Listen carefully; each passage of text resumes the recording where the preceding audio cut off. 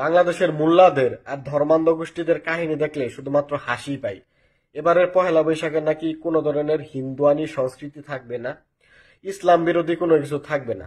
এসব ধর্মান্ধ গোষ্ঠী মোল্লারা সব কিছুতে হিন্দুয়ানি ব্যাপার তারা খুঁজে বেড়ায়। বাংলা ভাষার ক্ষেত্রে, বাঙালির কালচারের ব্যাপারে তারা নানান ফতোয়া জারি করে, বেদাত, হারাম, ইসলাম বিরোধী, হিন্দুয়ানি, এরকম নানান কিছু।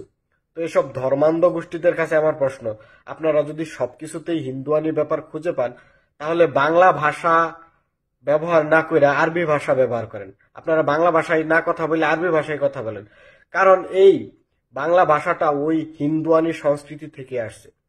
পড়াশোনা কিছু করেন, আপনি হুমায়ুন আজাদের লাল নীল দীপাবলির বইটা পড়েন, তাহলে বাংলা ভাষার উৎপত্তি সম্বন্ধে জানতে পারবেন।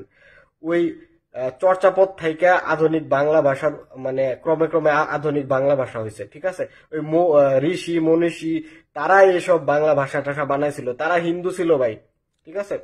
আপনি যদি সবকিছুতেই এত ধর্ম ধর্ম করেন, আপনি তো একজন পরিচয় দেন আমি বাঙালি না আমি মুসলমান, তাহলে আপনার আগে মুসলমান হওয়া উচিত। আপনি যেহেতু বাঙালি না, তাহলে আপনার ভাত খাওয়া বাদ দিয়ে আপনার ওই খুরমা খেজুর খাওয়া উচিত। কারণ এই ভাত ভাত হচ্ছে বাঙালিদের খাবার, এটা ওই হিন্দুয়ানি সংস্কৃতি থেকে আসছে, কালচার থেকে।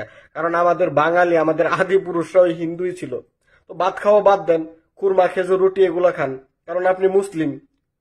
আপনারা যে সবকিছুতেই একবারে ধর্ম ধর্ম করে মুখে ফেনা তুইলা ফেলান, আপনারা তো কাজের বেলায় কোনো কিছু করতে পারেন না। আপনি এই যে পোশাক পরবেন, লুঙ্গি কেন পরেন? আপনি লুঙ্গি পরবেন না, লুঙ্গিও অমুসলিমদের পোশাক। আপনি যেহেতু মুসলমান, আপনার উচিত ওই আরবীয় অঞ্চলের খাদ্যাভাস, পোশাক, সংস্কৃতি, ভাষা সেগুলা ব্যবহার করা। কারণ আপনি তো এটা বলেন চিল্লায়া চিল্লায়া যে সবার আগে আমার পরিচয় মুসলিম, আমি বাঙালি না আমি মুসলিম। তাহলে আপনার যেহেতু পরিচয় মুসলিম, আপনার কি উচিত?